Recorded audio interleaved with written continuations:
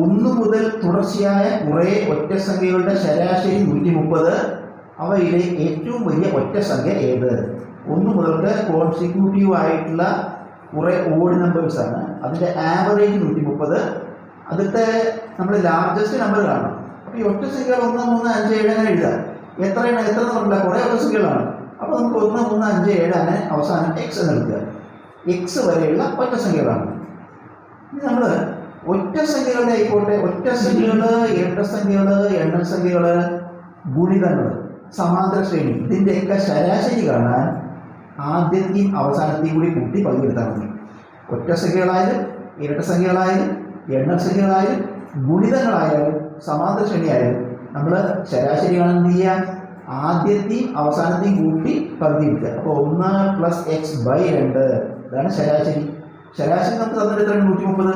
അപ്പോൾ 1 + x/2 = 130. /2 അങ്ങോട്ട് എടുത്തു, ഇൻറ്റു 2 ആവും. 1 + x = 130 ഇൻറ്റു 2.